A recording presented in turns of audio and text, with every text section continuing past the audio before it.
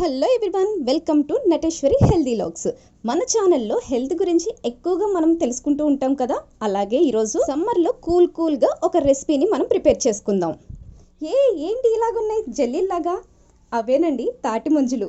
ఇవి మనకి సమ్మర్లో మాత్రమే మనకు దొరుకుతాయి. ఈ వేడికి మనకి చల్లగా తీసుకోవాలనిపిస్తూ ఉంటుంది కదా, అందుకోసమే ఒక హెల్దీ రెసిపీ అనమాట. సో ఈ తాటి ముంజల్ని మనం ఇలాగ తీసుకున్న తర్వాత మనకి ఇట్లా బయట మనకి ఇలా అవైలబుల్ దొరుకుతాయి కదండి. వీటిని మనం చక్కగా చెక్కు తీసేసుకోవాలి. చెక్కు తీసేసుకున్న తర్వాత మనం రెసిపీ తయారు చేసుకుంటున్నాం కాబట్టి ఇలా చెక్కు తీసుకున్నాం, లేకుంటే డైరెక్ట్గా మనం ఇలా తినేసేయచ్చు. అండ్ ఇంకొకటి ఏంటంటే, మనకి ఎవ్రీ సీజనల్కి కూడా సీజనల్ ఫ్రూట్స్ అనేవి ఇదివరకు దొరికాయి అనమాట. ఓన్లీ సీజనల్లో మాత్రమే అవైలబుల్ ఉండేవి. ఇప్పుడు సీజన్తో సంబంధం లేకుండా మనకి 365 డేస్ కూడా మనకి అవైలబుల్లో ఉంటున్నాయి ఫ్రూట్స్. కానీ సమ్మర్లో మాత్రమే మనకు దొరికే ఈ ఐస్ యాపిల్ మాత్రమే అనమాట, ఇంకేమీ ఉండదు.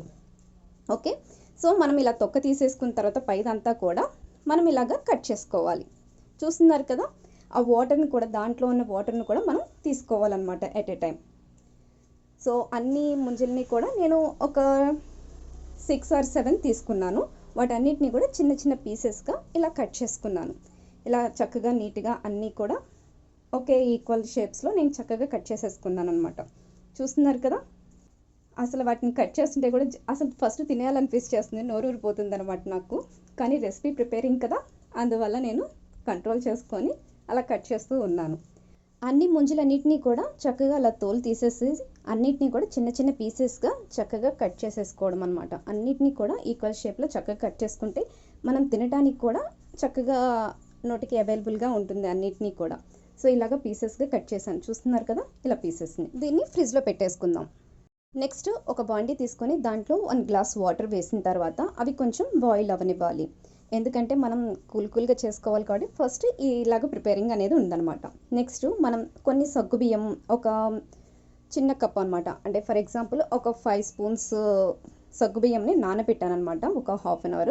ఆ నానబెట్టిన సగ్గుబియ్యంని ఈ బాయిల్ అవుతున్న వాటర్లో వేసి బాగా కుక్ చేయాలి. అవి బాగా మెత్తపడే వరకు అనమాట. సగ్గుబియ్యం పెద్దవి తీసుకుంటే కొంచెం టైం పడుతుంది.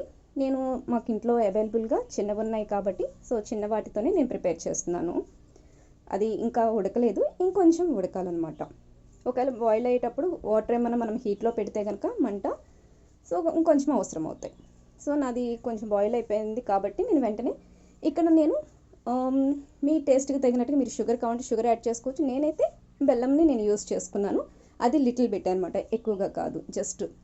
సో అది కూడా బాగా మెల్ట్ అయిపోవాలి. బాగా మెల్ట్ అయిపోయిన తర్వాత స్టవ్ ఆఫ్ చేసి పక్కన పెట్టేసుకొని, ఇంతకుముందు మనం ఫ్రిడ్జ్లో స్టోర్ చేసుకున్నాం కదా ఈ తాటి ముంజలు కట్ చేసుకున్నవి, సో వాటిని మనం ఒక బౌల్లోకి తీసుకుందాం. అన్నిటినీ కూడా ఒక బౌల్లోకి వేసుకొని ఇప్పుడు మనం సగ్గుబియ్యం ఏదైతే ప్రిపేర్ చేసుకున్నామో అది చల్లారాలన్నమాట. అది చల్లారిన టైమింగ్స్ చూసుకొని మనం ఇది ప్రిపేర్ చేసుకుంటాం. సో ఆ సగ్గుబియ్యం ఏదైతే రెసిపీ ఉందో దాన్ని మనం ఈ తాటి ముంజలు దాంట్లో మనం మిక్స్ చేసేసుకొని, నెక్స్ట్ మిల్క్ కూడా కాచి చల్లార్చి పెట్టుకున్నాం అనమాట. ఫ్రిడ్జ్లో స్టోర్ చేసుకున్నాను, కూలింగ్గా కావాలి కదా మనకి, అందుకోసం. సో మిల్క్ కూడా ఇందులో యాడ్ చేసుకొని మళ్ళీ ఒకసారి స్పూన్ తోటి బాగా కలిపేసేసుకున్నాను. చూస్తున్నారు కదా రెసిపీ మనకి ఎలా కనిపిస్తూ ఉందో. సో పెద్ద పలుకులు, చిన్న సగ్గుబియ్యం, అలాగే లిటిల్ బిట్ నేను యాలకుల పొడి కూడా నేను యాడ్ చేశాను అనమాట. అంతా రెడీ అవుతుంది. నెక్స్ట్ దీనికి మనకి డెకరేషన్ కోసం కానీ చూడటానికి అట్రాక్టివ్గా ఉండటానికి కానీ కొన్ని ఐటమ్స్ కావాలి కదా. అదేనండి జీడిపప్పు కానీ కిస్మిస్ కానీ ఇలాంటివి అనమాట.